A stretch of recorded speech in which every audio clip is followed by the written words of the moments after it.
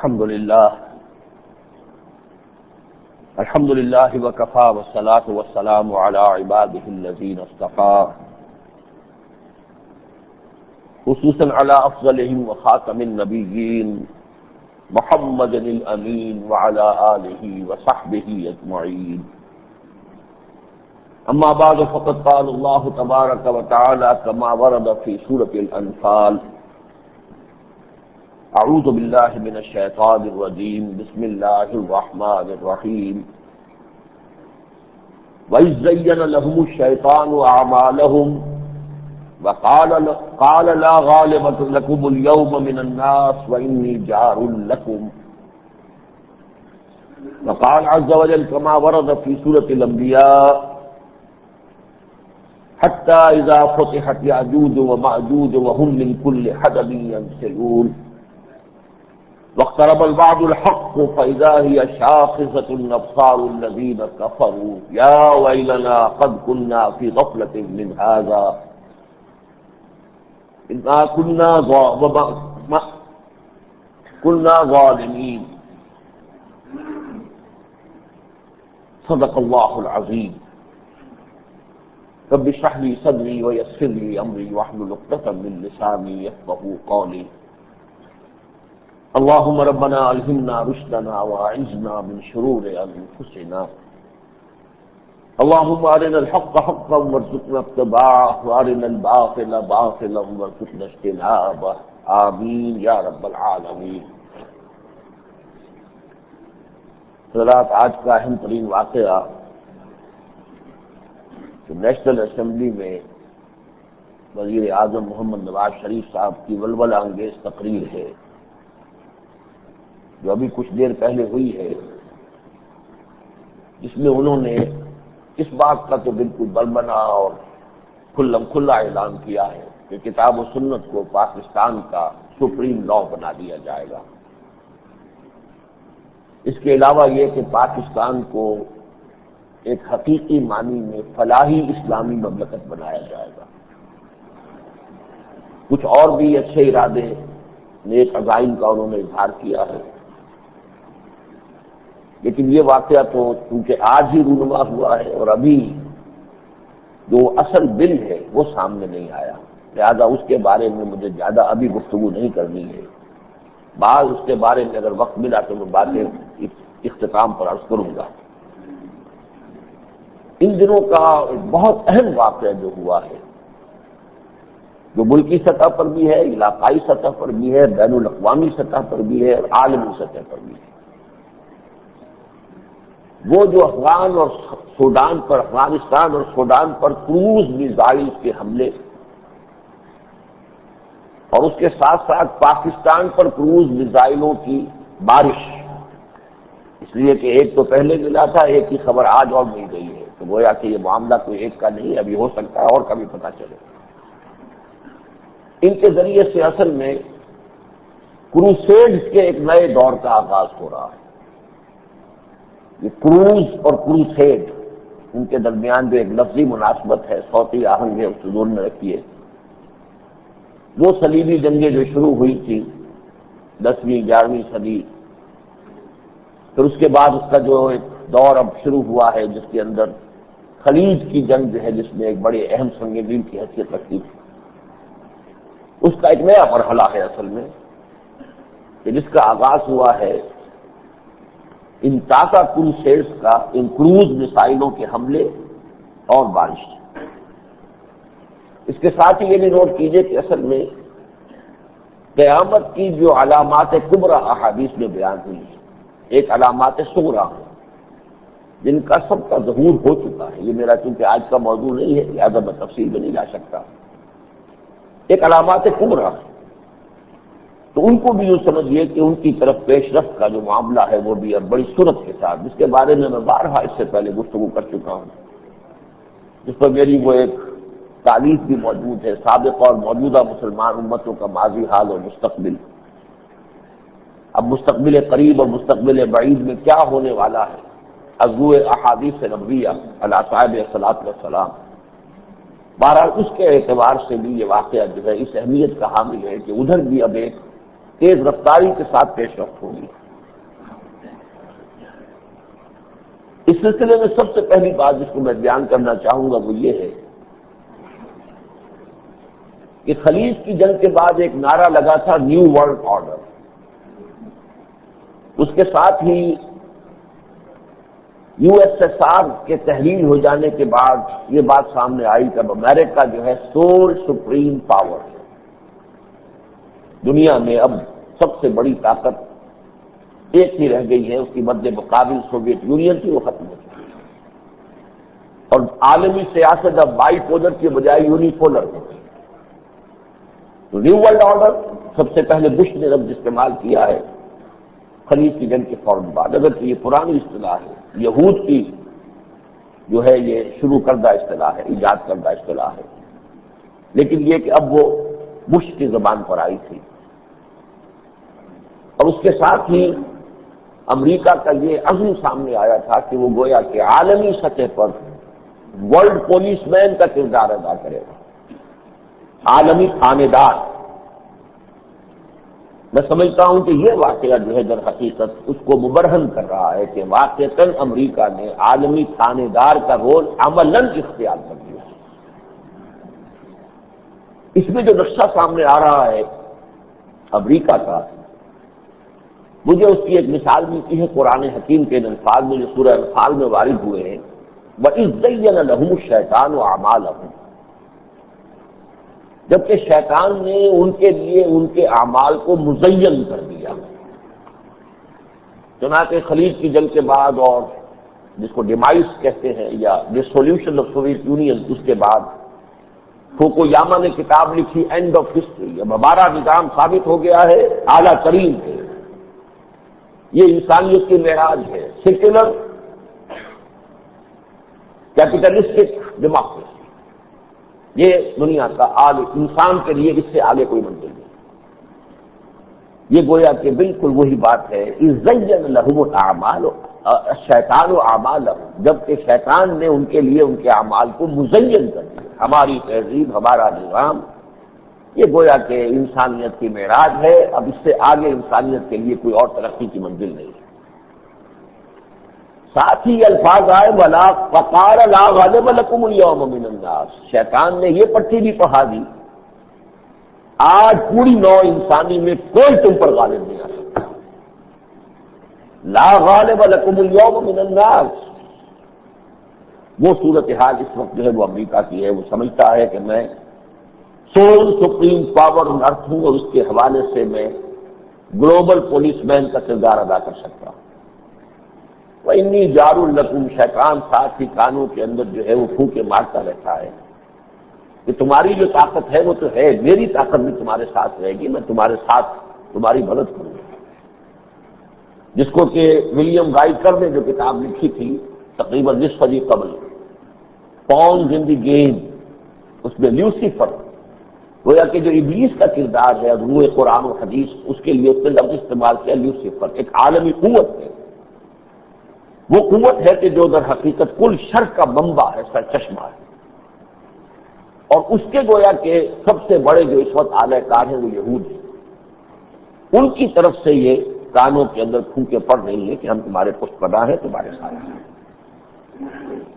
اب اس میں ذرا تجزیہ کیجیے کہ یہ جو اقدام ہوا ہے افغانستان پر اور سوڈان پر کروز میزائلوں کا حملہ، جس کے ساتھ ہی پاکستان میں کوئی بارش بھی ہوئی ہے کروز میزائلوں کی، سیدھی سی بات یہ ہے کہ نہ کوئی وارننگ، نہ کوئی الٹیمیٹم، کوئی معاملہ ہے، کوئی سوڈان کی بات تھی، کوئی شک تھا، ان سے کہتے کہ ہم تمہاری اس فیکٹری کو ہم ایگزامن کرنا چاہتے ہیں، ہمیں شک ہے کہ تم وہاں پر جو ہے وہ زہریلی گیس تیار کرنے والا مواد تیار کر رہے ہو، وہ انکار کرتا تو کوئی بات نہیں، کچھ نہیں، نو الٹیمیٹم، نو ڈیمانڈ، بس خود ہی مدعی، خود ہی منصف اور خود ہی سزا ایگزیکیوٹ کرنے والے، پورا کا پورا رول لے لیے۔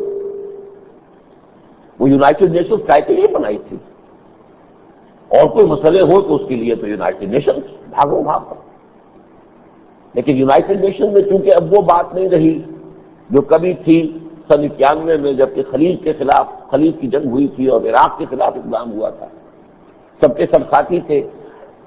ابھی حال ہی میں پچھلے دنوں یہ بات ثابت ہو گئی تھی کہ اب عراق کے خلاف فوجی اقدام کی حمایت میں کوئی ساتھ نہیں دے رہا تھا سوائے برطانیہ کے، اور کوئی بھی ساتھ آنے میں تیار نہیں. وہ صورت نہیں گئی یونائٹڈ نیشنز کے اندر، اس لیے اس کو بائی پاس کیا. تو اب جب کوئی طاقت جو ہے وہ طاقت کے نشے میں، جب کوئی ادارہ ہو، حکومت ہو، فرد ہو، جب طاقت کے نشے میں سرشار ہو جاتا ہے تو پھر اس کی روش یہ ہوتی ہے کہ خود ہی مدعی ہے، خود ہی منصف بھی ہے، فیصلہ بھی خود کر رہا، سزا بھی خود دے رہا. چند سال پہلے امریکہ میں ایک اومنی بس اینٹی ٹیررسٹ ایکٹ جو ہے پاس کیا گیا تھا، جس میں امریکہ جو کہ آزادی اور انسانی حقوق کا سب سے بڑا علمبردار ہے، اس میں بہت سے حقوق کو پامال کر کے قانون بنایا گیا تھا کہ اگر صدر کو اطمینان ہے، چاہے وہ اس اطمینان کو کسی عدالت میں ثابت نہ کر سکتا ہو، اسے اطمینان ہے کہ فلاں شخص یا فلاں ادارہ یہ کسی ٹیررسٹ ایکٹیویٹی کے اندر ملوث ہے تو اس کے خلاف اقدام کیا جا سکتا ہے. اگر وہ امیگرینٹ ہوگا فوراً نکال دیا جائے گا ملک سے، ملک کے اندر کے لوگ ہوں گے تو ان کے اوپر بھی اقدام ہوگا، گرفتار کیا جا سکتا ہے. اس کے خلاف وہاں کچھ لہجے بھی ہوئی تھی، جس شکل میں وہ لانا چاہتے تھے اس میں تھوڑی سی ترمیم بھی کرنی پڑی تھی. وہ اینٹی ٹیررسٹ ایکٹ جو انہوں نے وہاں بنایا، وہاں تو پھر بھی ایکٹ بنا کر اور پھر کچھ اس کے اندر تھوڑی بہت نرمی کر کے انہوں نے اس پر عمل کیا ہے، لیکن عالمی سطح پر وہ اومنی بس اینٹی ٹیررسٹ ایکٹیویٹی جو ہے اس کا گویا کہ انہوں نے آغاز کر دیا ہے. اس کے ساتھ ہی یہ معاملہ کہ پاکستان کی فضائی حدود کی خلاف ورزی ہوئی اور اس کے ضمن میں بہت سے شکوک و شبہات پیدا ہوئے. ان شکوک و شبہات کو اپوزیشن جو ہے وہ تو ظاہر بات ہے، جدید جو سیاست ہے اس میں اپوزیشن کا تو کام یہ ہوتا ہے کہ جہاں بھی کوئی حملہ کرنے کا موقع اسے ملے، بغیر یہ دیکھے ہوئے کہ بات کتنی معقول ہے کتنی نہیں ہے، کس حد تک بات کہنی چاہیے کس حد تک نہیں کہنی چاہیے. بہرحال ایک جس کو ہو اینڈ کرائی کہتے ہیں انگریزی میں، ایک شور ہنگامہ جو ہے کھڑا کر دیا. حالانکہ واقعہ یہ ہے کہ معاملے کی رفتار میں زیادہ سے زیادہ یہ کہا جا سکتا ہے کہ حکومت کی کچھ غفلت تھی، حکومت اس طرح چوکس نہیں تھی جیسے کہ چوکس کو ہونا چاہیے. کارن اس کے ضمن میں تو جو بھی کچھ یہ بھی بیان کیا گیا کہ فوج اور حکومت کے درمیان کوئی محاذ آرائی ہو گئی ہے، لیکن آج جو آیا ہے بیان جنرل جہانگیر کرامت صاحب کا، اس نے ثابت کر دیا. انہوں نے کہا کہ ہمیں بالکل پیش کی اطلاع نہیں تھی. تو عین وقت پر جنرل رالسٹن آیا ہے، اور کل میری گفتگو ہو رہی تھی اپنے ساتھی سے، وہ چونکہ وہ بھی اس پر مصر تھے کہ نہیں ان کو اطلاع دی گئی اور ان سے اجازت لی گئی، اس کے بغیر یہ کام نہیں ہوا. میں نے کہا اس کا ثبوت کیا ہے؟ صرف ایک بات تو میں بھی سمجھتا ہوں کہ جو شک پیدا کرتی ہے، اور وہ ایک یہ خبر ہے کہ بعض پروازیں جو ہیں منسوخ کی گئی. اب اس کی تحقیق کرنے کی ضرورت ہوگی. اگر واقعتاً یہ ثابت ہو جاتا ہے کہ صرف ان کروز میزائل کے گزرنے کے وقت کے دوران جو پروازیں ہو سکتی تھی ان کو منسوخ کیا گیا تو شک جو ہے سرکمسٹانشل ایویڈنس جو ہے وہ پورا ہو جائے گا کہ یقیناً یہ بات ہوئی ہے اور کسی ایک بڑی اسکیم کے تحت ہوئی. لیکن میں نے ان سے کہا کہ جنرل رالسٹن کے اس وقت آنے کی وجہ کیا ہے؟ اگر پہلے سے اجازت بھی لے لی ہو، اطلاع بھی دے دی ہو، پھر کیا کس تشویش کی ضرورت ہے؟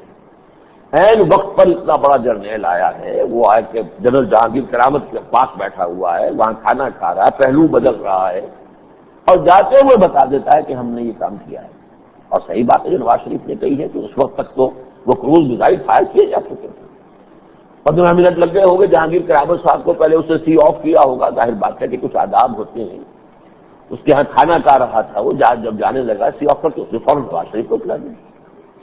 یہ چیزیں جو ہے ان کو خام خواہ بہت بڑا طوفان جو ہے اس کی بنیاد بنا لینا، جو اس مغربی سیاست کا جو ہے وہ اس کا تو یہ طریقہ ہے شیطانی سیاست کا. لیکن یہ کہ میرے نزدیک اس میں بہرحال ایک مسئلہ اور بھی ہے کہ جو میرے لیے قابل توجہ ہے، طالبان کو بھی یہ غلط فہمی ہوئی ہے کہ کوئی انوالومنٹ پاکستان کی اس میں ہے. اتفاق سے اسی ہفتے میں میری ملاقات ہوئی افغان سفیر سے اسلام آباد میں، تو ان سے میں نے یہ پوچھا، ان کا ہمارے پاس ثبوت کوئی نہیں ہے. لیکن کچھ شک کا سا انداز انہوں نے بھی کیا تھا، کچھ الفاظ استعمال کیے تھے زومانیین، جس سے میں نے سمجھا کہ وہ اشارہ کر رہے ہیں کہ شاید اس میں کوئی پاکستان کا بھی دخل ہے، پاکستان کے علم میں. یہ میں نے بعد میں ان سے پوچھا، میں نے کہا کہ آپ گھبرائیں نہیں، میں کہیں اس کو بیان نہیں کروں گا، میرے کان میں بتا دیجیے کہ کیا بات ہے. کہنے نہیں ہمارے پاس کوئی ثبوت نہیں ہے. لیکن یہ کہ بیان آیا ان میں سے ایک صاحب کا بیان آیا کہ ISI کے انوالومنٹ کے بغیر یہ نہیں ہو سکتا تھا. اسی طریقے سے اب طالبان نے وہاں پر افغانستان میں کابل میں پاکستانی جو سفارتکار ہیں ان پر پابندی لگائی ہے کہ وہ سفارت خانے سے حدود سے باہر نہ نکلے، اس لیے کہ ہو سکتا ہے عوام کے اندر وہ رد عمل ہو. بہرحال میرے نزدیک یہ غلط فہمی ہے. پاکستان سے نہ انہوں نے اس کی اجازت لی نہ اس کی ضرورت سمجھی. وہ تو عالمی تھانے دار ہے جو چاہے کرے، اسے کسی سے اجازت لینے کی کیا ضرورت ہے؟ وہ UN کو نہیں لا رہا ہے کسی بھی اپنے شمار قطار میں، تو پاکستان کی جانے کی کیا حیثیت ہے؟ وہ تو اس کی ایک بڑی ادنا سی آسامی ہے، اس کے سوا کچھ بھی نہیں. کیا حیثیت ہے پاکستان کی جس سے اجازت لینے کی ضرورت ہے؟ تو میرے نزدیک تو یہ پورا کا پورا جو ہے در حقیقت ایک رول ہے جس کی یہ نمائندگی کر رہا ہے کہ جو امریکہ نے اب اپنے لیے عملاً اختیار کر لیا. یہ ہے اہمیت والی بات کہ جس کے بارے میں غور کرنا ہوگا کہ یہ صورتحال جو ہے اب اس کے بعد آگے کس رخ پر جائے گی. میرے نزدیک اس میں ایک امپلائڈ تھریٹ ہے پاکستان کے لیے بھی، اور پاکستان پر جو یہ گرے ہیں تو کیا یہ صرف ٹیکنیکل ایرر سے گرے ہیں؟ کیا کروز میزائل جو ہے وہ ٹیکنیکلی اتنا انساؤنڈ ہے کہ دستے نہیں گر جاتا؟ یہ تو کھلونے ہیں، نہایت سوفسٹیکیٹڈ چیزیں ہیں، بہت سوفسٹیکیٹڈ چیزیں ہیں. ان کا گر جانا ایک پہلے مل گیا، ایک اور کہیں ملا ہے، کوئی اور بھی مل جائے گا. میرے نزدیک اس کے اندر ایک ویلڈ تھریٹ ہے، امپلائڈ تھریٹ ہے کہ یہی جو کچھ ہم نے کیا ہے افغانستان پر یہی پاکستان پر بھی ہو سکتا ہے. کون ہے روکنے والا؟ سیاح بیک ہو تو آج اب ڈر کس کا ہے؟ اب تو ہم سورس آف پاور ہیں، ہمیں کسی سے پوچھنے کی، کسی سے کوئی بات اجازت لینے کی، کوئی رائے عامہ جو ہے عالمی اسے کسی چیز میں جو ہے اسے سازگار بنانے کی کوئی ضرورت نہیں. اور خاص طور پر اس پس منظر میں کہ CTBT پر مذاکرات ہو رہے ہیں. طالبان صاحب کے ساتھ گفتگو کے لیے ہمارا وفد بھی پہنچا ہوا ہے، بھارت کا وفد بھی پہنچا ہوا ہے. گویا کہ اس پر اثر انداز ہونے کی کوشش ہے. اگر تم ویسے نہیں مانتے تو ہم یہ بھی تو کر سکتے ہیں. ہندوستان کی ضرورت نہیں ہے کہ وہ تمہارے اوپر کروز میزائل مارے یا کوئی اور میزائل لائے یا اگنی لائے یا کوئی اور لائے. ہمارے میزائل ہیں، ہم کریں. ہمیں روکنا ہے، ہر صورت روکنا. اگر تو کیرٹ لے کر رکتے ہو تب بھی ٹھیک ہے، نہیں تو پھر ہمارے پاس ٹھیک بھی موجود ہے. میرے نزدیک یہ اس میں ایک امپلائڈ تھریٹ ہے، اور اس کا ایک بڑا مظہر آج آ گیا اخبارات میں. LK اڈوانی کا بیان آ گیا کہ اگر امریکہ یہ کر سکتا تو ہم کیوں نہیں کر سکتے. اگر امریکہ نے ان ٹھکانوں پر حملہ کر دیا ہے جہاں سے دہشت گردی کا معاملہ ہو رہا تھا، اس کے خیال میں ہو رہا تھا نہیں ہو رہا تھا کہ ثبوت تو نہیں ہے، وہ تو دعویٰ ہے اس کا، جیسا کہ میں نے کیا خود ہی مدعی خود ہی منصف. اسی طرح ہم کیوں نہیں کر سکتے کہ آزاد کشمیر میں اگر کوئی کیمپ ہے کہ جہاں سے یہ مجاہدین کو ٹریننگ ملتی ہے، وہ جاتے ہیں اور آتے ہیں، سرز کراس کرتے ہیں، یہاں کے جو حریت پسند ہے ان کی مدد کرتے ہیں، تو ہم ان کو ٹھکانوں کے اوپر کیوں نہیں دیکھتے. یہ بھی چیزیں ہیں کہ جو بہرحال ہمارے پیش نظر رہنی چاہیے. البتہ اس خبر میں خیر کا بھی ایک پہلو ہے، شر میں ایک پہلو ہے. ادو شر برنگیزت کہ خیر ماں درا باشد. وہ یہ ہے کہ ایرانیوں کی اس غلط فہمی کو رفع ہو جانا چاہیے کہ طالبان امریکہ کے ایجنٹ ہیں یا امریکہ کے اعلی کار ہیں. یہ ایک زیادہ بڑے اسکیل پر اور ایک لمبے منصوبے کے اعتبار سے، جیسا کہ میں نے بارہا عرض کیا ہے، PIA پاکستان، ایران اور افغانستان، یہ تین ممالک کا اتحاد اور بلاک ہوگا تو یہ اس قابل ہو سکے گا کہ اس نیو ورلڈ آرڈر کی جو انسلاٹ ہے، اس کا جو حملہ ہے، اس کو روک سکے. اکیلے نہیں. اب اس میں جیسا کہ میری تجویز آپ کو معلوم ہے کہ پہلا قدم تو اٹھنا چاہیے پاکستان اور افغانستان کے مابین کنفیڈریشن. ہسٹوریکلی یہ تقریباً ایک ملک رہے ہمیشہ. جب بھی ہندوستان کے اندر کوئی عظیم حکومت قائم ہوئی ہے، افغانستان اس کا حصہ رہا ہے، اور افغانستان ہی سے سب آئے ہیں. کم سے کم یہ کہ جو بھی حملہ کرنے والے آئے ہندوستان میں اور فتح کرنے والے وہیں سے آئے. یہ تو دور چاہے کنشک کا ہو چاہے اشوک کا ہو، ہندوؤں میں بڑے اونچے یہ دور ہیں. تو افغانستان حصہ تھا، اشوکا کی مملکت کا حصہ تھا. پھر یہ مغل امپائر تھی تو افغانستان حصہ تھا، وہ بھی ایک صوبہ تھا جیسے اور صوبے ہیں ہندوستان کے. اس حوالے سے پہلا قدم جو ہے یہ گویا کہ پین اسلامزم کی طرف، عالم اسلام کے اتحاد کی طرف پہلا قدم تو وہ ہے. لیکن میں یہ سمجھتا ہوں کہ ایرانیوں کو جو غلط فہمی ہوئی، اس لیے کہ ایسے کچھ شواہد موجود ہیں کہ ابتدا میں طالبان کو کچھ سہارا دیا ہے امریکہ نے، کو مدد دی ہے، یہ شواہد ہیں، اور اس کا جواب میں ہمیشہ یہ دیتا رہا ہوں کہ اگر طالبان کا معاملہ یہ رہا تھا تو اس سے پہلے جو جہاد ہوا تھا اس کا بھی تو معاملہ یہی تھا۔ آخر وہ سارے سنگل میزائل کس نے دیے تھے، پیسہ کس نے دیا تھا، ہتھیار کس نے دیے تھے، ڈالروں کی بارش جو اس وقت ہو رہی تھی، جس میں کچھ ہم نے بھی بیچ میں سے جو ہے وہ جو ہے اس میں اپنے کمیشن حاصل کیے ہیں، وہ سب کچھ ہوا ہے۔ ہمارے ہاں بڑے بڑے جرنیل کروڑ پتی بن گئے۔ جب وہ ایک دن کی کروڑ پتی والی اسکیم تو اب چلی ہے، لیکن یہ کہ افغان جہاد کے ذریعے سے کروڑ پتی بننے والے تھے یا کہیں۔ اس حوالے سے یہ ہے کہ یہ وہ بھی تھا، لیکن یہ کہ ان کی اپنی تدبیر ہے، انہم یکیدون کیدا واکید کیدا، وہ سمجھ رہے تھے اب بڑی ہمت کر رہے ہیں، بڑی ہماری کامیابی ہے، ہم نے روس کے ٹکڑے کرا لیے یا روس کو شکست دے دی، ویتنام کا بدلہ لے لیا، مرے افغان، ہمارا کیا گیا، ہمارا کوئی آدمی نہیں گیا، ہمارا پیسہ لگا ہتھیار لگے۔ لیکن جب وہی جہاد جو ہے اب انہیں محسوس ہوا یہ تو کوئی اسلامی ریاست قائم کر دیں گے، انہیں آپس میں لڑایا، اور لڑانے کے علاوہ ایک نئی طاقت کو جو ذرا نسبتاً روشن خیال نہیں تھے ان کے قول کے مطابق، بلکہ پرانے قسم کے ٹریڈیشنل علماء تھے، انہیں توقع یہ تھی کہ یہ ایسے ہی ہوں گے جیسے سعودی عرب کی اسلامی حکومت ہے، ویسی کوئی حکومت ہو جائے گی، ہماری پاکٹ میں رہے گی۔ وہ معلوم یہ ہوا کہ وہ بھی اب ان کے گلے کا ہار بن رہے ہیں۔ تو یہ تو ہے انہم یکیدون کیدا واکید کیدا، تو وہ ان کی اپنی چال ہے، اللہ تعالیٰ کی اپنی چال ہے، واللہ غالب علی امرہ ولکن اکثر الناس لا یعلمون۔ اللہ تعالیٰ سے جو اپنی حکمت اور مشیت میں ہوتا ہے اس کو پورا کر لیتا ہے۔ لوگوں کی اکثریت اس سے لائی، وہ سمجھتے ہم کامیاب ہو رہے ہیں، حقیقت میں وہ کامیاب نہیں ہو رہے ہوتے، وہ تو شارٹ سائٹڈنس ہے، انہیں قریب میں تو نظر آتا ہے کہ ہم کامیاب ہو رہے ہیں، حقیقت میں اللہ کی تدبیر کامیاب ہو رہی ہے۔ یہ میرے نزدیک اس میں ایک اچھی بات ہے کہ اس سے کچھ فضا ہموار ہوگی، اور اس میں خاص طور پر یہ بات بہت قابل توجہ ہے اور اس کو ریکارڈ پر رہنا چاہیے۔ OIC نے احتجاج کیا ہے امریکہ کے خلاف، جبکہ OIC کا اس وقت کا صدر ایران ہے۔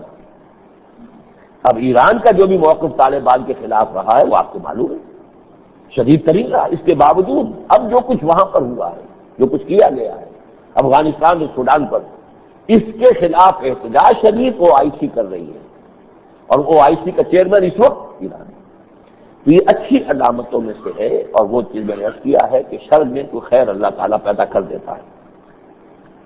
بہرحال اس پورے صورتحال کو میں نے ایک دوسرے حوالے سے عرض کیا تھا کہ احادیث نبویہ میں جو خبریں دی گئی ہیں، جو قیامت کی علامات کبریٰ ہیں، یہ چیزیں در حقیقت ظاہر کر رہی ہیں کہ اب تیزی کے ساتھ جو بھی یہ حالات و واقعات کا جو ڈرامہ ہے وہ اس رخ کی طرف جا رہا ہے، جس میں خبر دی گئی ہے کہ ایک وقت آئے گا کہ عیسائی افواج 80 جھنڈوں تلے جنگ ہوں گی مسلمانوں کے خلاف، المرحمۃ العظمی۔ اب یہ جو شکل بن رہی ہے کہ اسلام کو انہوں نے اپنا ایک تھریٹ سمجھا ہے، اور اسلام جہاں جہاں سے بھی سر اٹھاتا اسے کچلتے ہیں۔ خالص جمہوری طریقے پر آ رہا تھا، الجزائر میں کچل دیا، حالانکہ خود کہتے ہیں جمہوریت کے پرستار ہیں اور ہم تو حقوق کے اور آزادی رائے کے پرستار ہیں۔ بہرحال اس نے کچھ ایک ٹرن لے لیا، غلط لے لیا، وہ ٹیررسٹ بن گئے۔ بنے کیوں؟ آپ نے راستہ روک دیا۔ ظاہر بات ہے دریا کا جو فلو کا راستہ ہے آپ اسے روکیں گے تو کسی راستے پہ دوسرے پہ نکلے گا، پانی تو جائے گا، بہاؤ تو ہوگا۔ تو غلط راستے پر ڈالنے کا ذمہ داری کس کی ہے؟ انتہائی پرامن کانسٹیٹیوشنل پولیٹیکل پروسیس سے اسلام آ رہا تھا، آپ نے روکا۔ اسی طریقے سے وہ پروسیس جو ہے وہ اب ترکی کے اندر ذرا سا ابھرا تھا، ذرا سا، ابھی صرف وہ سر کے اوپر کپڑا نہ لینے کی جو ہے وہ پابندی ہٹا رہے تھے کہ نہیں لے سکتا کوئی مسلمان لڑکی یا خاتون چاہے اسکارف لے سکتی، یہ صرف یہ بھی ناقابل برداشت۔ وہ جو ان کا طریقہ تقب المثلی، ان کا اپنا ایک تمدن ہے، اور وہ سمجھتے ہیں کہ ہمارا یہ مثالی تمدن جو ہے وہ تو ہمارا مثالی تمدن میں عورت کا سر ڈھانپنا، یہ تو اس کے ساتھ فٹ نہیں کرتا۔ کیا کیا اربکان کے ساتھ، کس طریقے سے اس پورے پروسیس کو روک دیا، حالانکہ وہ تو آیا تھا بڑے ہی سماجی طریقے پر، بڑے سوشل سروس کے انداز میں، اسلام کا نام بھی نہیں لیا، وہ تو رفاہ پارٹی تھی، ویلفیئر پارٹی تھی۔ لیکن یہ کہ جہاں بھی اسلام کا تھوڑا سا بھی رخ نظر آ جائے، چاہے وہ آ رہا ہو خالص سیاسی اعتبار سے اور خالص ایک جمہوری طریقے، اس کو روک دیا گیا۔ باقی جو مصر میں ہو رہا ہے، اور جہاں کہیں بھی اب جو کچھ ہو رہا ہے، افغان جہاد تو سارا تم نے پیدا کیا. آپ نے خبر اس دوران میں پڑھی ہوگی کہ اسامہ ابن لادن کا تعارف جو ہے امریکن ایمبیسڈر نے کرایا طالبان کے ساتھ. عمر عبد الرحمان جو بیچارے جیل کے اندر پڑے سڑ رہے ہیں اس بڑھاپے کے اندر، اس معذوری کے ساتھ، نابینا آدمی، وہ کون ہے؟ ایک دور میں سی آئی اے کے بہت چہیتے آدمی تھے. وہ تو سارے جو ہیں مغربی ممالک سے ریکروٹ کر کے اربوں کو بھیج رہے تھے یہاں افغانستان میں جنگ کے لیے. اس وقت وہ جنگ ان کی اپنی اسکیم کے اندر فٹ بیٹھتی تھی. اب وہی لوگ جو ہے یہاں آ کر وہ ایک نئے جذبے سے سرشار ہو گئے، نئے حقائق ان کے سامنے آ گئے. انہوں نے ہتھیاروں کا استعمال سیکھ لیا ہے، انہوں نے پہچان لیا ہے استعمار کو. اب اس کے خلاف جدوجہد کرنا چاہتے تو ان کے لیے زمین تنگ کر دی گئی. اگر کوئی مصری چلا جائے فوراً گرفتار ہو کر اور شاید قتل کر دیا جائے، جیل میں ڈال دیا جائے. نہیں جا سکتے بیچارے، کہاں جانا؟ ایک ملک ہے دنیا میں جو انہیں پناہ دیے ہوئے، اس لیے کہ وہاں انہوں نے خون اپنا دیا تھا، جانیں دی تھی، اس جہاد کے اندر ان کا حصہ ہے. وہ پناہ دیے ہوئے تو اب ان کے ٹھکانے جو ہیں ان کو جس طریقے سے کہ اب یہ کر رہے ہیں، تو در حقیقت یہ ایک پولرائزیشن، اسلام اینڈ اینٹی اسلام، اور اینٹی اسلام کو اسپیئر ہیڈ کر رہا کرسچینٹی، ورلڈ آف کرسچینٹی. خاص طور پر اس میں جو ہے وہ ویسٹ جو ہے وائٹ اینگلو سیکشن پروٹیسٹنٹس، یہ اس کے وہ لیڈ کرنے والے ہیں. یہ جو پولرائزیشن ہو رہی ہے اسی کی وہ شکل ہونے والی ہے جسے الملحمۃ الکبریٰ یا الملحمۃ العظمیٰ کہا گیا ہے، یا سابقہ انجیل کی جو ہے کتاب مکاشفات یوحنا، اس میں آرمگڈون کہا گیا ہے. بہت بڑی جنگ جو ہے وہ ہونے والی ہے، جس کا نقشہ کہ قرآن مجید کی سورہ انبیاء کی ان آیات میں جو میں نے آج تلاوت کی کھینچا گیا. حتی اذا فتحت یاجوج و ماجوج. اب یہ یاجوج ماجوج کون ہے؟ اس پر تو مفسرین کی بہت سی مختلف آراء ہیں، لیکن اس میں تقریباً اجماع ہے کہ حضرت نوح علیہ السلام کے تیسرے بیٹے حضرت یافس تھے. 4 بیٹے تھے، ایک تو ہلاک ہوا ان کے سامنے سے کافر تھا، لیکن 3 بیٹے تھے جو ایمان لائے ان کے ساتھ تھے. انہی سے نسل چلی ہے نوع انسانی کی. تو حضرت یافس کی نسل میں جوج اور ماجوج، یہ 2 بیٹے یافس کی نسل میں تھے. اور یہ نسل جو ہے یہ وسطی ایشیا کے پہاڑوں کو کراس کر کے یہ گویا کہ روس اور شمالی یورپ اور یہ منگولیا اس علاقے میں آباد ہوئی. ان اقوام کو بحثیت مجموعی یاجوج و ماجوج کہا جاتا ہے. انہی میں سے یہ ناردرنرز ہیں، نارڈک ریسز، کہ جو یہ سویڈن اور ناروے کے علاقے سے نیچے اتر کر آباد ہوئے ہیں. انگریز انہی میں سے ہیں، اینگلو سیکسنز کے. یہ در حقیقت وہاں سے آئے ہوئے لوگ، یہ پائریٹس تھے، یہ تو بحری قذاق تھے یہ لوگ، پھر آ کے یہاں سیٹل ہوئے. یہ اقوام ہیں، ان کے بارے میں علامہ اقبال نے تو گویا کہ یورپین کولونیلزم کا جب سیلاب آیا تھا اس وقت انہی کو تعبیر کیا تھا کہ کھل گئے یاجوج اور ماجوج کے لشکر تمام، چشم عالم دیکھ، چشم مومن دیکھ لے تفسیر حرف ینسلون. یہ ینسلون کا لفظ یہاں آیا ہے. حتی اذا فتحت یاجوج و ماجوج ومن کل حدب ینسلون، وہ ہر اونچائی پر سے اترتے ہوئے نظر آئیں گے.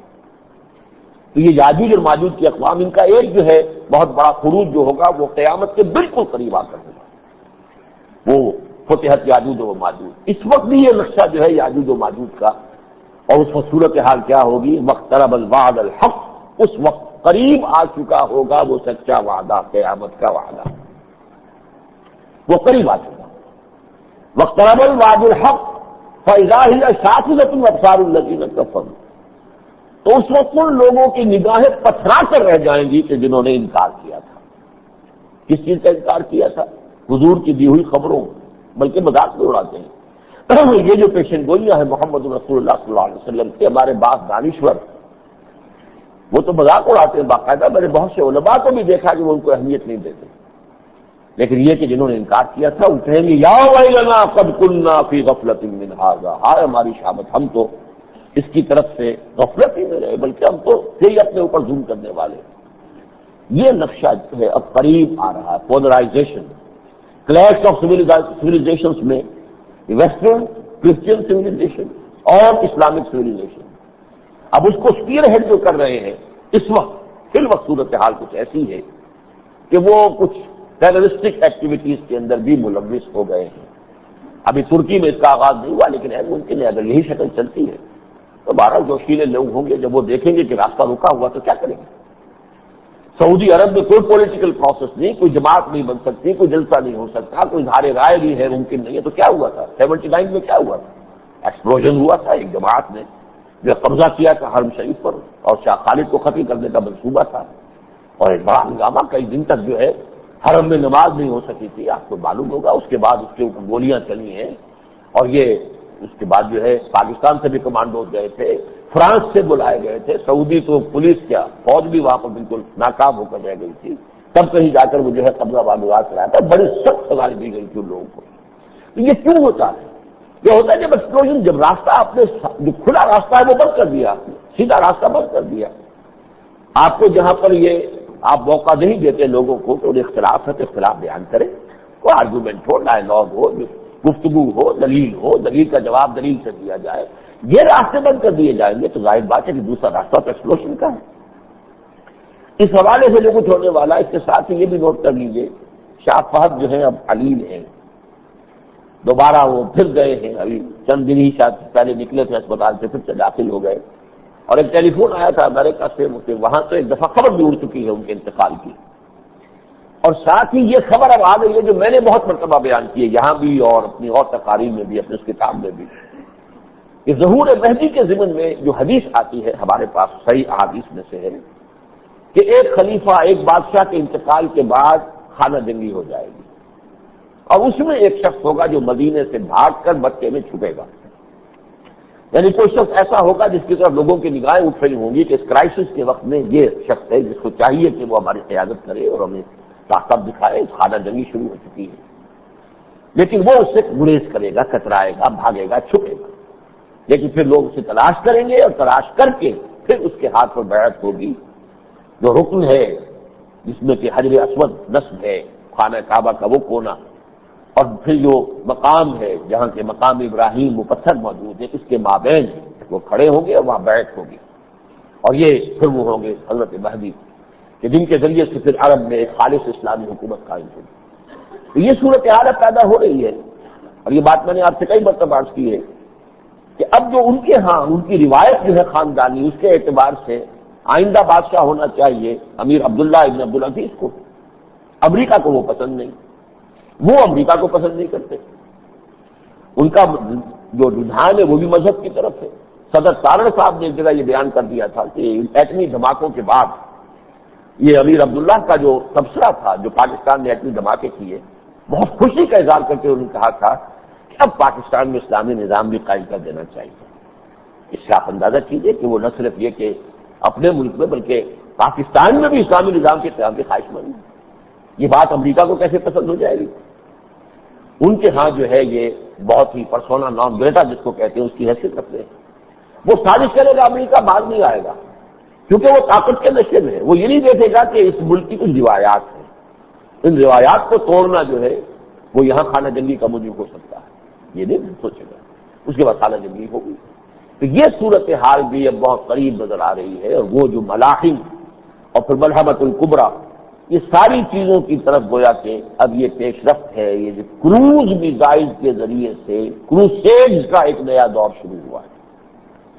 البتہ اس میں آخری بات میں عرض کرتا ہوں کہ اگرچہ مسلمانوں پر تکالیف آئیں گی، مصائب آئیں گے، بہت سی جانیں جائیں گی، لیکن یہ کہ آخری جو اس کا انجام نکلنے والا ہے وہ دین کا عالمی غلبہ ہے، اور وہ دین کے عالمی غلبے کو اگر ہم سامنے رکھیں، جس کے لیے ایک رول جو ہے وہ عرب کے اندر جو ہے جو اس وقت کے مجدد ہوں گے حضرت مہدی، ان کے ذریعے سے وہ رول پورا ہوگا کہ عرب میں ایک اسلامی حکومت قائم ہو۔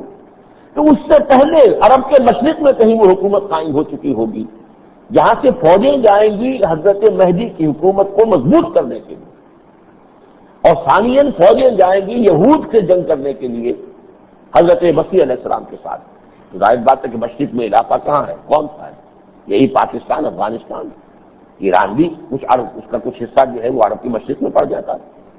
اس حوالے سے وہ خراسان کا لفظ جو احادیث میں آیا جس کا بار بار تذکرہ کیا ہے، تو سختیاں تو آئیں گی، مصائب آئیں گے، لیکن یہ کہ جیسے علامہ اقبال کا وہ شعر ہے کہ اگر عثمانیوں پر کوہ غم ٹوٹا تو کیا غم ہے، کہ خون 100,000 انجم سے ہوتی ہے سحر پیدا، یہ ہزاروں لاکھوں جو ہے ستارے وہ ڈوبتے ہیں، بڑھتے ہیں، ختم ہوتے، تو صبح کا جو ہے ظہور ہوتا ہے کہ خون 100,000 انجم سے ہوتی ہے سار پیدا.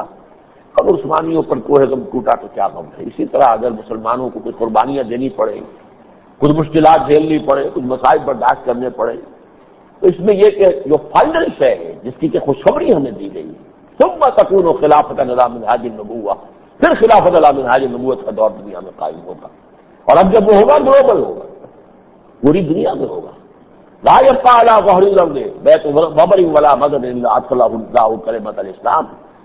پورے زمین کے اوپر کوئی ایک گھر اور خیمہ ایسا نہیں رہے گا جس میں اللہ کلمہ اسلام کو داخل نہ کر دے. اور یہ کہ اللہ نے مجھے ساری زمین دکھا دی، ان اللہ زوالی الارض، یہ حدیث سے بہت مرتبہ بیان کر چکا ہوں، صرف اشارے کر رہا ہوں اس کو. حضرت ثوبان کہتے ہیں کہ حضور نے فرمایا اللہ تعالیٰ نے پوری زمین کو سکیڑ کر لپیٹ کر مجھے دکھا دیا. فرائے تو مشارقہا و مغاربہا، میں نے اس کے سارے مشرق دیکھ لیے، سارے مغرب دیکھ لیے.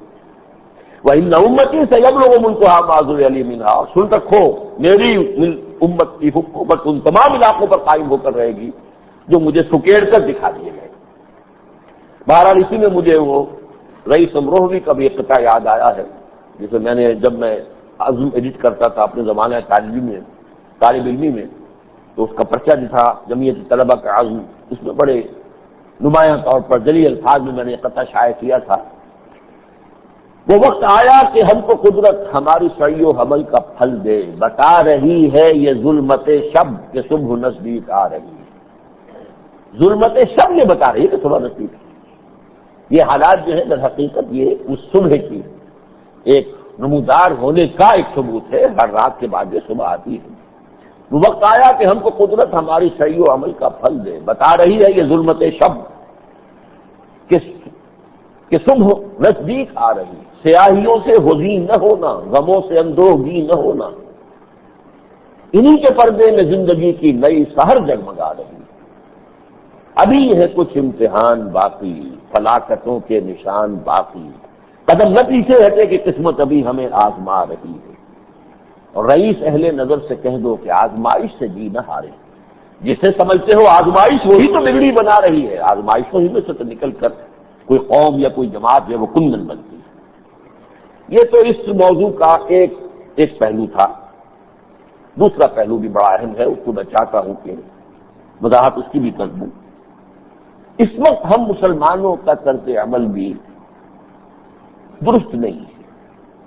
اغیار جو کر رہے ہیں اس کے رد عمل کے طور پر جو کچھ لوگ کرتے ہیں، اس کے لیے کسی درجے میں کوئی دلیل، کوئی اپالوجی ان کے لیے فراہم کی جا سکے. جیسے کہ میں نے بھی ضیاء الحق صاحب کی شورا میں کھڑے ہو کر یہ کہا تھا کہ آپ الیکشن کو پوسٹ پون کرتے چلے جا رہے ہیں، پولیٹیکل پروسیس کو آپ نے قرض کیا ہوا ہے.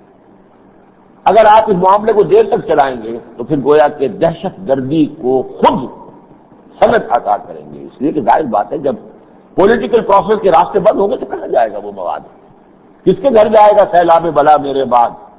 اگر وہ راستہ بند ہے تو ٹیررزم کی شکل اختیار کرے گا. وہ زمانہ وہ تھا کہ جب کہ یہ میر مرتضیٰ بھٹو نے ہائی جیک کروایا تھا PIA کا ایک جہاز، اور وہ بڑا ہی پورے پاکستان اور پاکستانی قوم کے لیے بڑے صدمے والی بات اس وقت ہوئی تھی.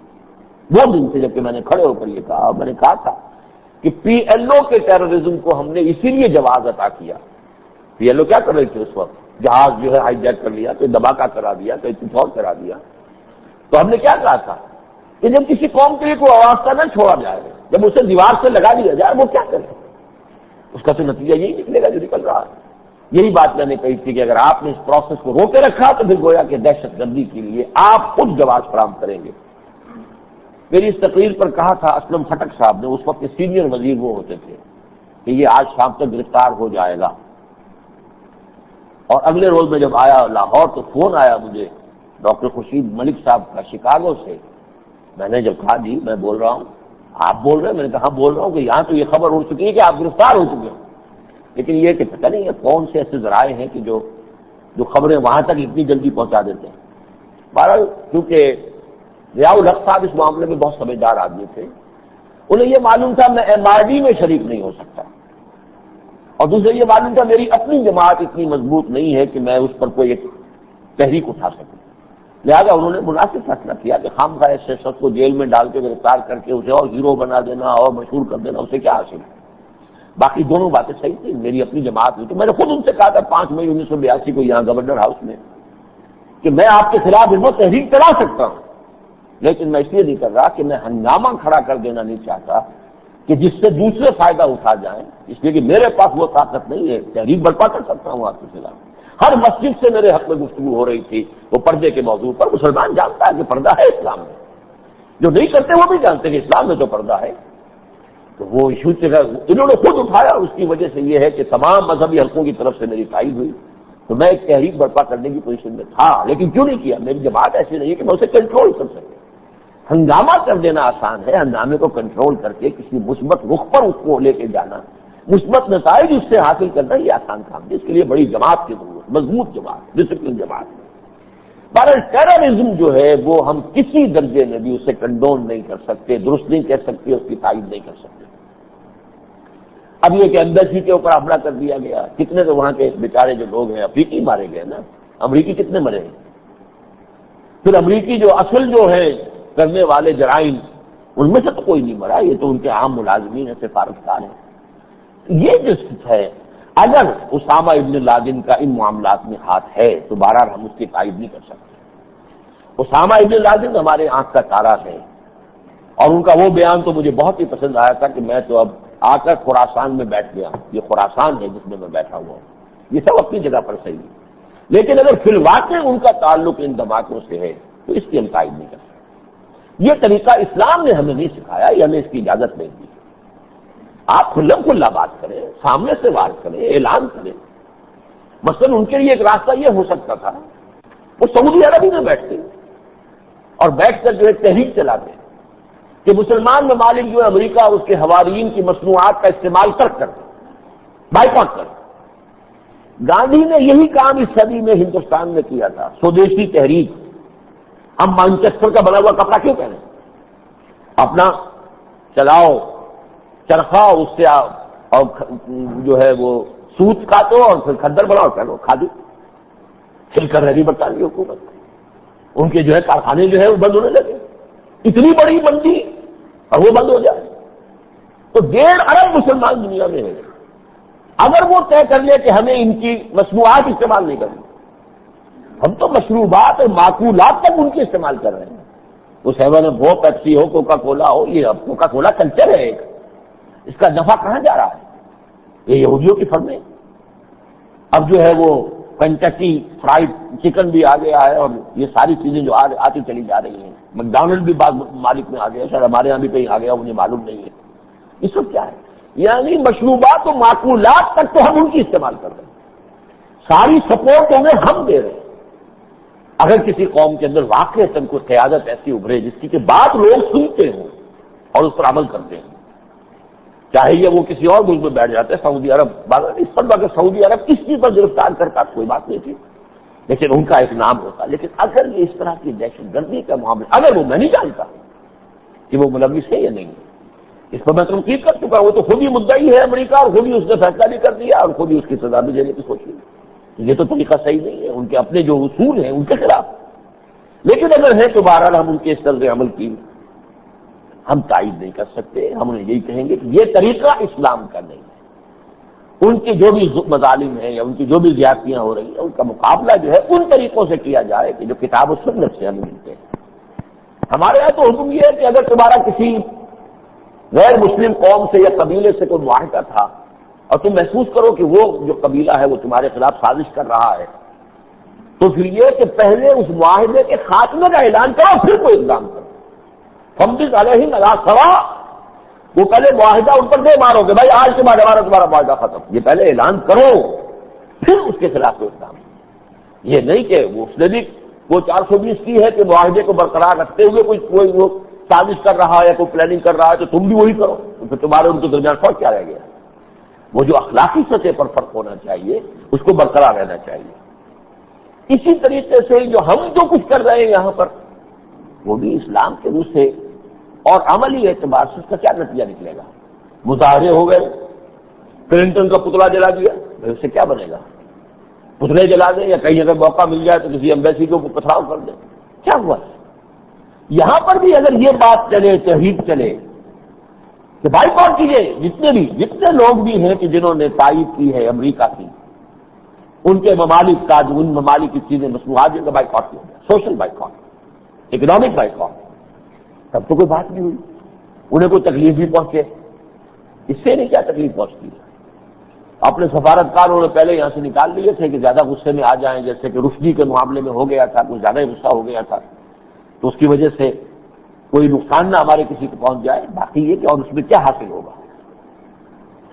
تیسری بات یہ کہ ہمیں یکسو ہو جانا چاہیے، یہ میں بات کر رہا ہوں پاکستان کے حوالے سے، ہمیں یکسو ہو جانا چاہیے۔ جیسے قرآن مجید میں مثالیں بھی دی گئی ہیں کہ کوئی شخص دو آقاؤں کی خدمت نہیں کر سکتا، اسی طریقے سے دو دوستیاں بیک وقت نبھائی نہیں جا سکتی، اللہ اور اس کے رسول کے ساتھ دوستی اور شیطان اور اس کے حواریین کے ساتھ دوستی، یہ دونوں ساتھ نہیں نبھائی جا سکتی، یکسو ہونا چاہیے۔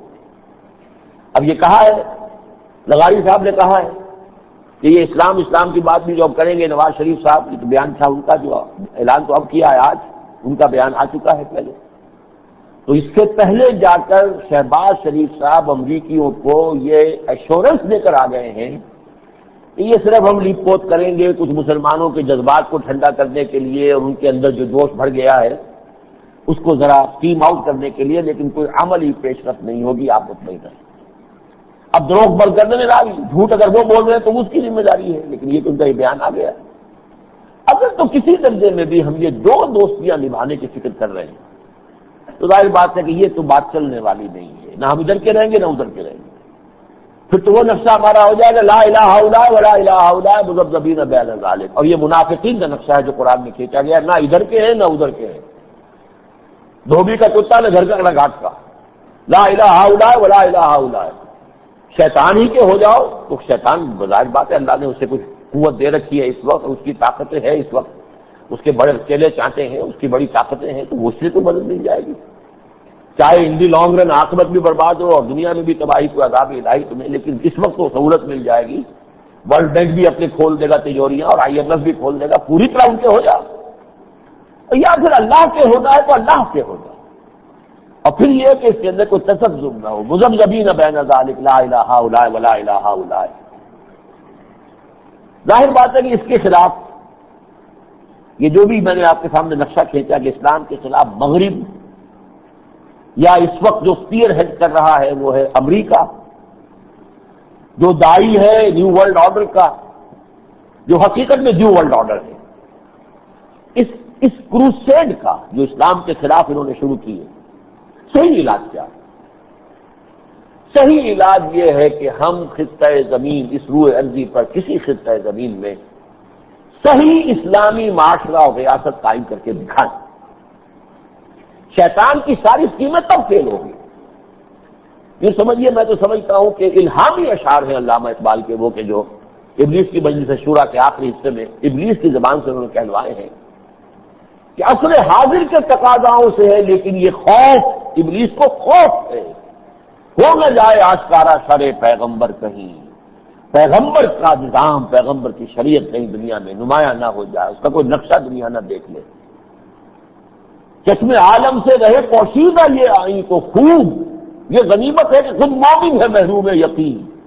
مومن جو ہے وہ پیغمبر کا دن تو مناتا ہے، وہ میلاد کی محفلیں بھی منعقد کرتا ہے، جلوس بھی نکالتا ہے سیرت النبی کے، لیکن اس کے لائے ہوئے نظام پر اس کا یقین نہیں ہے، اعتماد نہیں ہے، اگر ہوتا تو اس کو قائم کرتا۔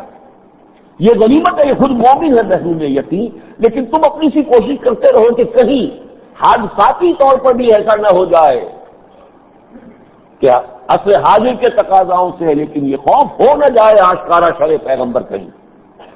اس کے لیے ظاہر بات ہے کہ ایک چومکھی جنگ ہمیں لڑنی ہے۔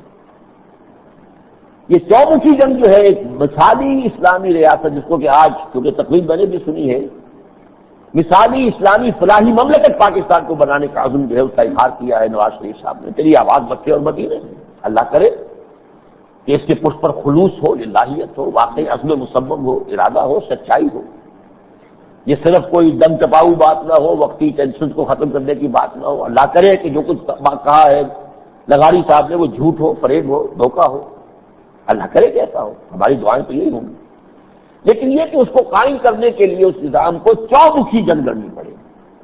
مثلا ایک دستوری اور قانونی سطح پر ایک جد و جہد کی ضرورت ہے، جس کے لیے کہ ہم نے پچھلے سال سے ہی ان کے برسر اقتدار آتے ہی تحریک شروع کر دی تھی کہ آپ کو 2/3 میجورٹی حاصل ہے، اور اس وقت تو شکل یہ تھی کہ 70 ان کا تقریباً ان کی جیب میں تھا. فوری طور پر کیجیے، آپ نے اور ترامیم منظور کرا لی، لیکن یہ کہ یہ کرنی کتاب و سنت کی ٹوٹل بالادستی ہے، اس کا ایک طریقہ کار ہم نے بتایا. اس میں تاخیر کیوں کر رہے ہیں؟ آپ کو معلوم ہے کہ میں نے اخباری بیانات بھی دیے، اشتہارات بھی شائع کیے، پھر وہ بھی چل کر آئے، میں بھی گیا، سب کچھ ہوا، گفتگو ہوئی، لیکن نتیجہ آج تک تو صفر تھا. لیکن بہرحال پہلی بات ہے دستوری اور قانونی. دوسرا ہے ذہنی اور فکری، اور ذہن و فکر سے ہی اخلاق اور عمل بدلتے ہیں. تو ان کو 4 الفاظ کو جمع کر دیجیے، ذہنی و فکری اور اخلاقی اور عملی. یہ تبدیلی اگر عوام میں نہیں آتی ہے تو محض قانون نافذ کرنے سے کوئی فائدہ نہیں ہوگا، اس لیے کہ اس کو نافذ کرنے والے تو وہی سپاہی، وہی ایس ایچ او، وہی مجسٹریٹ، وہی لوگ ہوں گے. اگر ان کی سیرت نہیں بدلتی، ان کا رویہ نہیں بدلتا، ان کا کردار نہیں بدلتا، تو اسلامی قانون بدنام ہوگا. لہذا جہاں دستوری اور قانونی سطح پر ایک جد و جہد ضروری ہے، اس کے خد و خال بھی ہم نے واضح کیے تھے. آج اتفاق سے مجھے یہ اپنا وہ کارڈ بھی نظر آ گیا جو ہم نے لاکھوں کی تعداد میں ان تک پہنچایا تھا، جس میں 4 نکاتی مطالبہ تھا ہمارا، بلکہ 5 نکاتی. لیکن یہ کہ اس کے ساتھ ذہنی اور فکری اور اخلاقی اور عملی تبدیلی اگر معاشرے کے اندر نہ آئے. اب یہ کام ظاہر بات ہے کہ تنظیموں کا، جماعتوں کا، اداروں کا، یہ کام حکومتوں کی سطح پر بہت کم ہوتے ہیں. ہاں اگر وہ نظام تعلیم میں بنیادی تبدیلیاں بھی لے آئیں اس سے یقیناً ہیلپ ہوگی، لیکن یہ کام عام طور پر کرنا ہوتا ہے اداروں کو، تنظیموں کو، جماعتوں کو. اس کے حوالے سے اور پھر یہ کہ تیسرا جو ہے وہ ہے عوامی اور انقلابی جد و جہد. اس کے لیے جماعت درکار ہے. جماعت وہ سرفروش جو اپنی ذات پر اپنے گھر میں اللہ کا دین پہلے نافذ کر کے اپنے سر سے کفن باندھ کر نکل آئے اور کسی ایک شخص کے ہاتھ پر بیعت کرے اور اللہ کے دین کے غلبے کے لیے سر دھڑ کی بازی لگانے کو تیار ہو جائے. تو یہ 3 محاذ ہیں، دستوری اور قانونی ایک، اور ذہنی و فکری اور اخلاقی و عملی یہ نمبر 2، اور عوامی اور انقلابی تحریک یہ نمبر 3. آپ کو معلوم ہے کہ اس تیسری چیز کے لیے ہم نے تنظیم اسلامی ہم اپنی سے کوشش کر رہے ہیں، اگرچہ ابھی اس کی طرف رخ لوگوں کا اتنا نہیں ہے جتنی کہ ہماری خواہش ہے کہ ہو، لیکن یہ کہ اللہ تعالیٰ جو اللہ چاہتا ہے، ماشاء اللہ کان وما لم یشاء لم یکن، وکل شیء مرہون بوقت ہی، ہر شے جو ہے اس کے لیے اللہ کی حکمت میں ایک وقت مقرر ہے، جب چاہے گا اللہ ہوگا. لیکن ہم کوشش کر رہے ہیں تنظیم اسلامی کے نام سے کیسی جماعت. اسی طریقے سے درمیانی کام جو ہم کر رہے ہیں، یہ رجوع القرآن کی پوری تحریک ہماری، یہ ذہنی اور فکری انقلاب کے لیے. اسی طریقے سے قرآن کالج، رجوع القرآن کورس 1 سالہ ہم نے کالج کھولا ہے، جس کے اندر کہ ہم بہترین ماحول فراہم کیا ہے. بہت سے لوگ جب آتے رہے محکمہ تعلیم کے دیکھنے کے لیے کہ ہم نے درخواست دی تھی کہ اس کو ریکگنائز کیا جائے، اور حیران ہوتے تھے اتنا اچھا، اتنا عمدہ فرنیچر، اتنی اچھی عمارت ہم نے فراہم کیا. اور جو بھی یہاں کے پرائیویٹ کالجز ہیں ان کے مقابلے میں شاید آدھی بھی نہیں ہے فیس کی جو ہم لے رہے ہیں، اور اس میں بھی مستحق طلباء کے لیے رعایت نہیں. انجمن جو ہے تقریباً 6 لاکھ روپے سالانہ اس پر خرچ کر رہے ہیں، اس کا ڈیفیسٹ ہے جو برداشت کر رہی ہے انجمن خدام القرآن. اس کالج میں میٹرک پاس لڑکے آئیں، فلسفہ پڑھیں، اکنامکس پڑھیں، پولیٹیکل سائنس پڑھیں. اب کمپیوٹر سائنس کا بھی راستہ کھول دیا گیا ہے، اور یہ کہ ہم نے جو کامرس کلاسز بھی شروع کر دی ہیں، وہاں پھر ان کی اخلاقی تعلیم، ان کی تدبیر، ان کی عربی زبان میں پڑھائیں گے، انہیں قرآن پڑھائیں گے. یہاں سے BA کرنے والا شخص جو ہے اب اس کے لیے راستے کھلے ہوں گے، وہ سول سروس کی طرف جائے، وہ لاء کی طرف جائے، وہ ٹیچنگ پروفیشن میں جائے، پروفیسر بنے. اور جو لوگ پروفیسر بنتے ہیں وہی پھر کوئی ایسے کام کر سکتے ہیں تصنیف و تالیف کے کہ جن سے کہ فکری جو اس وقت رخ ہے دنیا کا، جو مادیت کی طرف ہے، الحاد کی طرف ہے، اس کا ہم رخ موڑ دیں دین کی طرف اور روحانیت کی طرف اور ایمان کی طرف. یہ تو وہی لوگ ہوتے ہیں جن کے لیے سہولت بھی ہوتی ہے، مواقع بھی ہوتے ہیں، موقع بھی ہوتا ہے، جو یونیورسٹیز کے اندر بیٹھے ہوئے لوگ ہیں. ہفتے میں 2-3 کلاسیں لینی ہے، لائبریری پاس ہی ہے، کام کر رہے ہیں. یہ سارے راستے کھلے ہوں گے ان لوگوں کے لیے جو کہ گریجویشن کرتے ہیں قرآن کالج. اس سال اس کے جو داخلے تھے ایک حد تک تو وہ ان کی مکمل تکمیل ہو چکی ہے، لیکن میں نے خاص طور پر کہا کہ آج میں ذکر کرنے والا ہوں تو ابھی کچھ اور لوگوں کو اگر ہوش آ جائے وہ اپنے بچوں کو وہاں داخل کرائیں، اور زیادہ ذہین بچوں کے سامنے یہ کیریئر رکھیے یہ کام ہے اصل، خیرکم من تعلم القرآن وعلمہ، تم میں سے بہترین لوگ وہ ہیں، حضور نے فرمایا، جو قرآن سیکھیں اور سکھائیں اس کیریئر کے لیے۔ اور یہ کہ اگر فرض کیجئے کہ وہ اس درجے نہیں بھی موٹیویٹ ہوتے کہ اس کے لیے زندگی وقت کر دیں، تو لیگل پروفیشن ہے، ٹیچنگ پروفیشن ہے، ہائر سروسز کا راستہ کھلا ہوا جائے، کمپٹیشن کے امتحان دے جائیں، جہاں بھی جائیں گے بہرحال جو بھی یہاں سے تعلیم و تربیت حاصل کر کے جائیں گے وہاں کچھ نہ کچھ تو اس کا اثر ہوگا۔ وہ مجسٹریٹ بنیں گے تو ایک بہرحال ان کے اندر اسلام سے واقفیت ہوگی، کہ ڈی سی لگیں گے تو وہاں پہ خطبہ بھی دے سکیں گے، نماز بھی پڑھا سکیں گے، کہ جو اسلامی معاشرے کا ایک اصول ہے۔ تو اس کے لیے آج بھی یہاں پر ابھی پروسپیکٹس مل جائے گا، آخری سمجھیے 2-3 دن ہے، اس کے اندر ابھی ہم اور انٹرٹین کر لیں گے۔ اگرچہ سرکاری سطح پر تو اب لیٹ فیس کے ساتھ داخلہ ہوگا، لیکن ہم وہ لیٹ فیس بھی نہیں دے رہے۔ اگر کچھ حضرات یہاں ہوں اور وہ سوچیں اور اپنے بچوں کو وہاں داخل کریں تو میں نے اس کے لیے خاص طور پر ابھی موقع رکھا ہے، چند دن کے لیے اس کا امکان ہے۔ اس کے ساتھ ہی جو ہم کورس شروع کیا تھا، ہم نے 1 ایئر کورس، اور اس کو ہم نے اور کنڈینس کر کے کوئی 9 مہینے کا کورس کر دیا۔ وہ لوگ کہ جو پروفیشنز میں ہیں، سروسز میں ہیں، کام کر رہے ہیں، ایم اے کیا ہے، ایم ایس سی کیا ہے یا کچھ اور انجینئرنگ میڈیکل، لیکن نہ قرآن پڑھ سکتے ہیں نہ قرآن سمجھ سکتے ہیں، جس کو یوں سمجھیے کہ ایک صاحب کی اصطلاح جو انہوں نے وضع کی تھی، پڑھے لکھے جاہل، ایک طرف پڑھے لکھے ڈاکٹر ہے، انجینئر ہے، ایم ایس سی ہے، پی ایچ ڈی ہے، لیکن دین کے اعتبار سے جاہل مطلق۔ یہ ہے ہمارے یہاں معاملہ۔ اس کو ایسے لوگوں کو اگر ہوش آ جائے، وہ اپنی زندگی میں سے 9 مہینے نکالیں اس کام کے لیے۔ الحمدللہ لوگ نکالتے آ رہے ہیں، امریکہ سے لوگ آتے رہے، اس مرتبہ بھی آئیں گے، آ رہے ہیں، تو بھی ہمارا وہاں پہ کام ہے، جو ہمارا حلقہ ہے اس سے لوگ آ رہے ہیں۔ یہ کہ یہاں پہ اب بھی سوچ لیجئے، اس کی کلاسز ہم نے 7 تاریخ کو شروع کرنی ہے، اس کا بھی یہاں پر جو ہے پروسپیکٹس وغیرہ آپ کو باہر مل جائے گا، صبح سے لے کے شام تک کلاسز ہوں گی۔ اصل بات تو یہ ہے کہ پھر یہ 9 مہینے خالص کر لے کہ کوئی اور کام نہیں کرنا تو 2-3 گھنٹے کا، اس لیے کچھ نہ کچھ وقت آپ کو روزانہ اس اپنی جو کلاسز کے علاوہ بھی دینا پڑے گا، تب آپ کلاس کے ساتھ چل سکیں گے، ورنہ ساتھ نہیں چل سکیں۔ اس لیے کہ ظاہر بات ہے کنڈنس کورس ہے، تو اس میں ریپڈ ہوتا ہے معاملہ، تیزی کے ساتھ، تو اس میں ذرا پیچھے آدمی رہ جائے تو پھر نہیں چل پاتا۔ اسی لیے اکثر ایسا ہوتا ہے 50 سے شروع ہوتے ہیں، 22, 23, 24, 25 پہ جا کے ختم ہوتے ہیں، لوگ جو ہیں وہ اس کے اندر سے ڈراپ آؤٹ ہو جاتے ہیں۔ اس حوالے سے یہ بھی ہمارے ہاں 7 ستمبر سے کورس شروع ہونے والا ہے، اس کے لیے میں نے آپ سے عرض کیا ہے۔ بہرحال جیسا کہ میں نے عرض کیا، تنظیم اسلامی عوامی اور انقلابی سطح پر، اور یہ جو ہمارے ادارے ہیں، قرآن اکیڈمی، قرآن انجمن، قرآن کالج، یہ رجوع القرآن کورس، یہ سب در حقیقت اس علمی اور فکری اور ذہنی سطح پر جس کے نتیجے میں اخلاق جو ہے درست ہوتے ہیں، عمل درست ہوتا ہے، یہ ہماری جدوجہد ہے۔ جیسا کہ میں نے عرض کیا کہ اگر وقت ہوا تو میں عرض کروں گا، یہ جو آج اعلان کیا ہے نواز شریف صاحب نے، میں نے جیسا کہ پہلے عرض کیا تیری آواز مکے اور مدینے، لیکن اس میں ابھی دیکھنا ہوگا وہ بل ہے کیا۔ 3 الفاظ میں انگریزی کے آپ کے سامنے رکھ رہا ہوں، ان 3 الفاظ کی کوئی پرچھائیں بھی اس پر نہیں ہونی چاہیے، ہاف ہارٹڈ نہیں ہونا چاہیے۔ اب ہو یکسو، اب وہ وقت نہیں ہے، ٹھیک ہے، تو صدر ضیاء الحق صاحب نے قدم اٹھائے تھے، چلیے کوئی نہ کوئی فائدہ ہے، شریعت کورٹ کے نام سے ایک ادارہ موجود ہے، 2A کی حیثیت سے دستور کے اندر آ گئی یہ قرارداد، لیکن بیکار۔ اب بھی اگر کوئی ایسی شے ہوئی بیکار ہوئی اور غیر مؤثر ہوئی، نتیجہ خیز نہ ہوئی، تو اس کا کچھ حاصل نہیں، یہ پھر اللہ کے ساتھ دھوکے بازی ہوگی۔ تو ہاف ہارٹڈ نہ ہو، فل یکسو ہو کر، ہیزرڈ نہ ہو۔ طریقہ کیا ہے؟ اس لیے کہ قرآن مجید میں کہا گیا ہے لِكُلٍّ جَعَلْنَا مِنكُمْ شِرْعَةً وَمِنْهَاجًا، حضرت موسیٰ، حضرت عیسیٰ اور حضرت محمد صلی اللہ علیہ وسلم 3 کا ذکر کر کے کہا گیا ہے، ان میں سے ہر ایک کے لیے ہم نے ایک شریعت مقرر کی، ایک منہاج مقرر کیا، وہ شریعت اسی منہاج سے آئے گی تو درست ہوگی۔ اگر آپ نے بجائے اس کے کہ گھوڑے کو تانگے کے آگے باندھے، تانگے کو گھوڑے کے آگے کر دیا، وہ تو کام نہیں چلے گا، ہیزرڈ نہیں، بلکہ ایک صحیح منہاج پر ہو۔ تیسرا یہ کہ یہ بل جو بھی لائے یہ ہریڈلی نہیں پاس ہونا چاہیے، جیسے کہ اس سے پہلے کے ترمیمی بل پاس کیے گئے، اسے مشتہر کیا جائے، اس پر گفتگویں ہو، اس پر بحث ہو، اس پر ایک یعنی عام جو ڈائلاگ ہے قومی سطح پر ہونی چاہیے، تاکہ اس کے اندر کیا کیا کمی ہے، کیا کیا لیکونات ہیں، کہاں کہاں اس کے اندر جو ہے خلا ہے، ان کو پر کیا جا سکے۔